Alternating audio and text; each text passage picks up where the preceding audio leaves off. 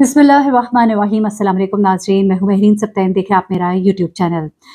नाज़रीन, साहिबा और जॉन रैंबो यानी कि अफ़ज़ल खान साहब की जो जोड़ी है माशाल्लाह बहुत ही प्यारी जोड़ी है। मैं बहुत पसंद करती हूँ इन दोनों का एज़ अ कपल, और ख़ास तौर पे साहिबा ने जिस तरह अपने शौहर की मोहब्बत में और अपने घर को टाइम देने के लिए अपने बच्चों को वो हसरतें जो उनकी अपनी ज़िंदगी की थी कि उनको कभी वक़्त नहीं मिला था। उनकी वालिदा जो है वो हर वक़्त अपने ज़ाहिर-सी बात है काम की वज़ह से मसरूफ़ होती थी, और इन्होंने अपना बचपन जो है अपनी नानी और ख़ाला के साथ गुज़ारा।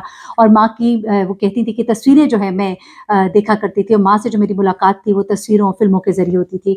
तो वो चीज़, वो कमी उन्होंने पूरी की और शौहर की मोहब्बत में उनके कहे का एहतराम किया, और उन्होंने फ़िल्में छोड़ दी। और उसके बाद बड़े अरसे बाद जब उन्होंने स्क्रीन पर कमबैक किया भी, तो उन ड्रामाज़ और उन शोज़ में किया जिसमें उनके शौहर उनके साथ होते थे। तो ये एक उनका बड़ा, मैं कहूँगी कि एक बीवी का जो किरदार है, बड़ा ही स्ट्रॉन्ग किरदार जो है हमें साहिबा का नज़र आता है। और साथ ही साथ अफ़ज़ल खान का एक बहुत ही मोहब्बत करने वाले शौहर का एक बड़ी खूबसूरत फैमिली है, और मियाँ बीवी का जो एज़ फैमिली जो एक हमें एक किरदार नज़र आता है, बहुत ही खूबसूरत है।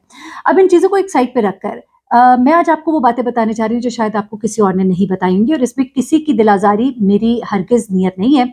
इवन जॉन रैंबो साहब से, अफ़ज़ल खान साहब से, साहिबा से पहले से ही माज़रत के साथ कि मैं कोई प्राइवेसी किसी की ब्रीच नहीं कर रही, बल्कि ये चूँकि आप लोग एक शोबिज़ पर्सनैलिटीज़ हैं, लोग आपके बारे में जानते हैं। इस वक़्त खबरें गर्दिश कर रही होती हैं, वीडियोज़ लोगों को मिल रही हैं मुख्तलिफ, तो मैंने कहा मैं असल कहानी ज़रा आपको बताती हूँ आज।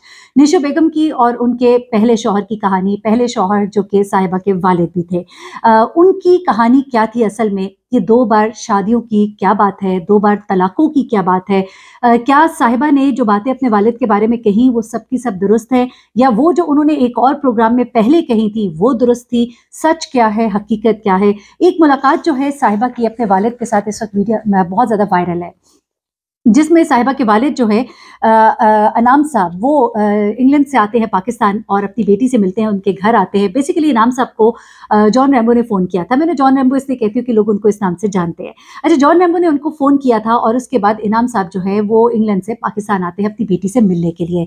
बहुत ही ऐसी मुलाकात होती है जिसमें हर इंसान जो है जो भी दिल रखता है तो उसे तकलीफ़ भी होगी, रोना भी आता है, आँखों में आंसू भी आए लोगों के, और लोगों ने बहुत ज़्यादा इसे पसंद भी किया इस व्लॉग को। और साहिबा का ये जो व्लॉग है इस वक़्त मिलियन के करीब पहुँच चुका हुआ है। जिसमें साहिबा के वालिद जो है जब घर में एंटर होते हैं और साहिबा अंदर से बाहर आती है और अपने वालिद के सीने पे सर रख के रो पड़ती हैं और कहती हैं कि मेरा क्या कसूर था?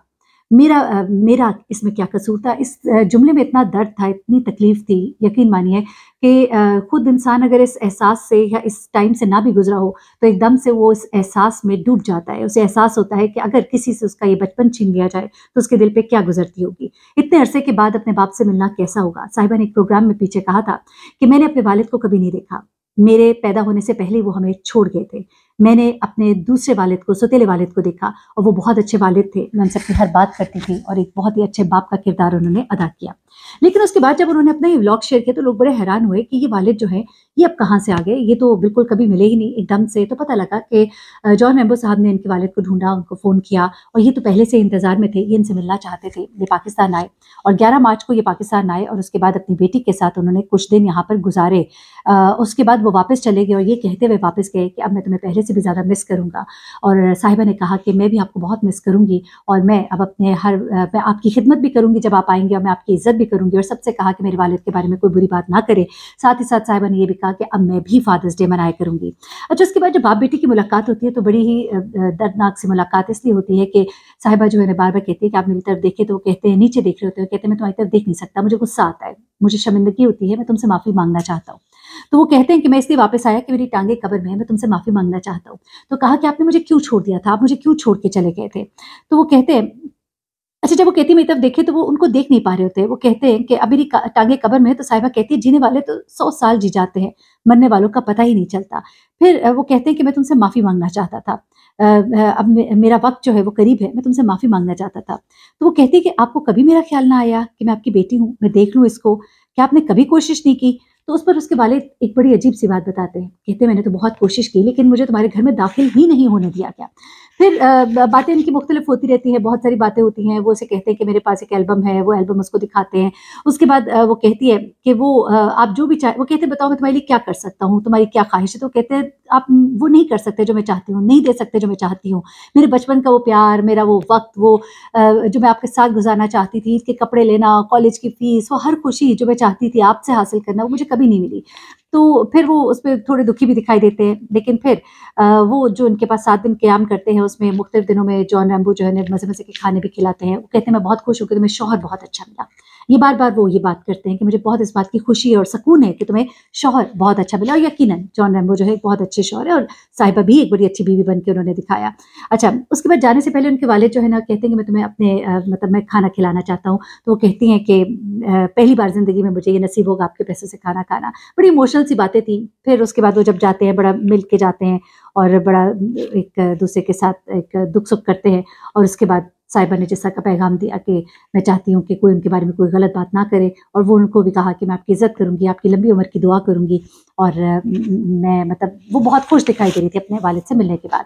अच्छा, अब क्या होता है जब ये वीडियो वायरल होती है तो बहुत से लोग जो है कमेंट्स करते हैं और कुछ लोग वीडियोज़ बनाते हैं। उसमें कुछ लोग तो कहते हैं कि साहिबा ने एक्टिंग की है, और पहले तो कही थी वालिद को कभी देखा ही नहीं, और अब वालिद कहाँ से आ गए और कैसे आ गए, एकदम से कैसे मिल गए, और सिर्फ व्लॉग के बाद क्यों मिल गए।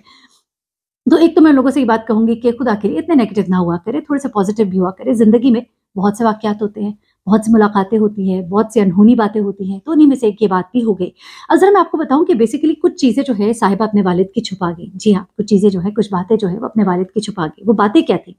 देखिए, निशा बेगम ने ज़िंदगी में जो रिकॉर्ड पर हैं वो 3 शादियाँ हैं, लेकिन दरअसल शादियाँ 4 बार की हैं, और एक ही शख्स से 2 बार शादियाँ की हैं, और ये एक ही शख्स इनाम रब्बानी साहब हैं जो कि इनके पहले शौहर थे। इनके जो पहले शौहर है ना इनाम रब्बानी, ये इनके साथ स्कूल में पढ़ा करते थे। मैट्रिक के बाद निशो ने फिल्मों में काम शुरू किया। एक सफ़ेदपोश घराने से थी, घर बापर्दा था, लेकिन फिर जब ये फिल्मों में आ गई और फिर इनको बड़ी फिल्में मिली, ये जैसे मशहूर होना शुरू हुई, तो अपने शोहरत के आगाज़ में ही उन्होंने अपनी पहली मोहब्बत, अपनी बचपन की मोहब्बत इनाम रब्बानी से शादी कर ली। शादी कुछ अरसा इनकी चली, और फिर नाकामी से 2-4 हुई, और साहिबा की पैदाइश हुई। इनाम रब्बानी साहब चले गए, इंग्लैंड चले गए। उसके बाद साहिबा की जो वालिदा है उन्होंने दूसरी शादी की तस्नीम फ़ाज़ली साहब से। तस्नीम फ़ाज़ली साहब जो है ये नग़मा निगार थे, उनसे इनकी शादी होती है, लेकिन कुछ अरसे बाद उनका इंतकाल हो जाता है। उनके घर वाले निशो बेगम को अलग कर देते हैं, और वो फिर एक बार दोबारा से अकेली हो जाती है, अलग हो जाती है, सिंगल हो जाती है। अपनी बेटी के साथ ज़िंदगी गुजार रही होती है, और इनके वालिद जो है वो एक दफ़ा दोबारा से अपनी बेटी से मिलने की कोशिश करते हैं। आपको याद होगा उन्होंने व्लॉग में कहा कि मुझे अंदर दाखिल ही नहीं होने दिया गया। मैं कोशिश करता रहा तुमसे मिलने की, फिर मैं तुम्हारी वीडियोज़ देख के, तुम्हारे व्लॉग्स देख के ही खुश हो जाता था।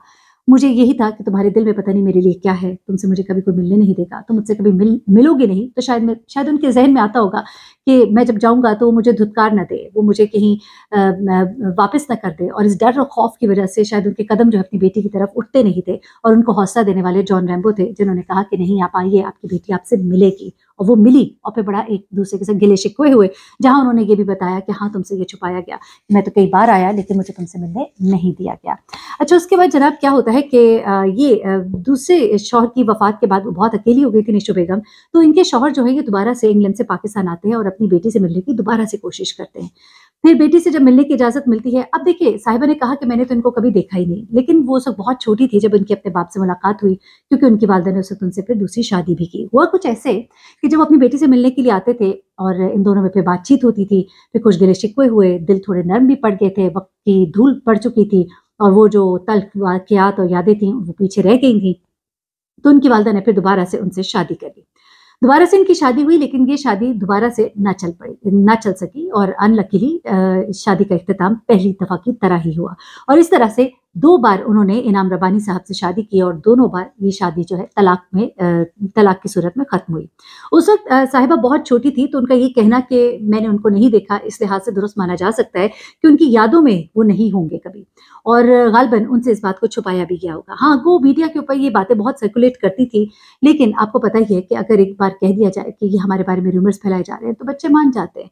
तो उन्होंने कभी शायद इस बात पे गौर नहीं किया होगा, वरना ये बात ज़ुबान ज़द-ए-आम है कि निशो बेगम ने अपने पहले शौहर इनाम रब्बानी से 2 बार शादी की है। अच्छा, इस 2 बार शादी का अंजाम जो हुआ, उसके बाद निशो साहिबा ने एक तीसरी शादी भी की, जो कि फ़िल्म डायरेक्टर थे जमाल पाशा। जमाल पाशा उनके तीसरे शौहर थे, और उन्हीं के बारे में निशो कहा करती थी, साहिबा कहा करती थी कि वो एक बड़े अच्छे बाप थे, और बड़ा उन्होंने प्यार दिया, मैं उनसे बहुत बातें किया करती थी, और ये सब बातें। तो जनाब ये मामला मैंने कहा आपके साथ शेयर कर लूँ। उसके बाद जो कुछ चीज़ें हैं, या तो साहिबा ये छुपा गईं इसलिए कि शायद किसी की इज़्ज़त और पर्दा रखना उन्हें मकसूद था, या फिर वो शायद इसलिए छुपा गईं कि शायद उनको मालूम ही नहीं थी। तो इसे हम छुपाना नहीं कहेंगे, हम इसे अनजान या ना जानना कहेंगे इनफैक्ट। एनीवे, ये थी तमाम तर हकीकत। इस बारे में मैंने कहा आपको आगाह करूँ। अपना बहुत ख्याल रखिएगा, दुआ में याद रखिएगा। अल्लाह ताला सब बेटियों के बाप को उनके सरों पे सलामत रखे, वालिदैन को सलामत रखे, आमीन। अल्लाह हाफ़िज़।